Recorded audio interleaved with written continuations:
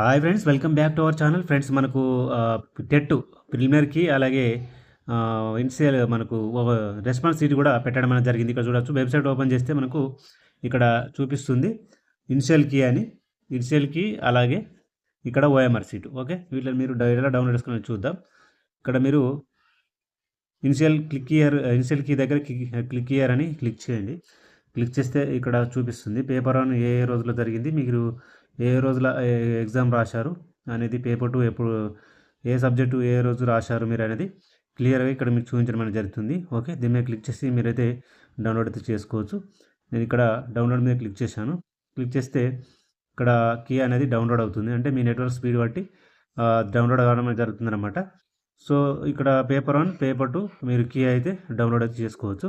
ఇక నెక్స్ట్ ఇక్కడ response sheet ఉంది. రెస్పాన్స్ షీట్ మీద క్లిక్ చేసి క్లిక్ హియర్ మీద క్లిక్ చేస్తే రెస్పాన్స్ షీట్ డౌన్లోడ్ చేసుకోవడానికి మీ జనరల్ నెంబర్ ఇవ్వాల్సి ఉంటుంది.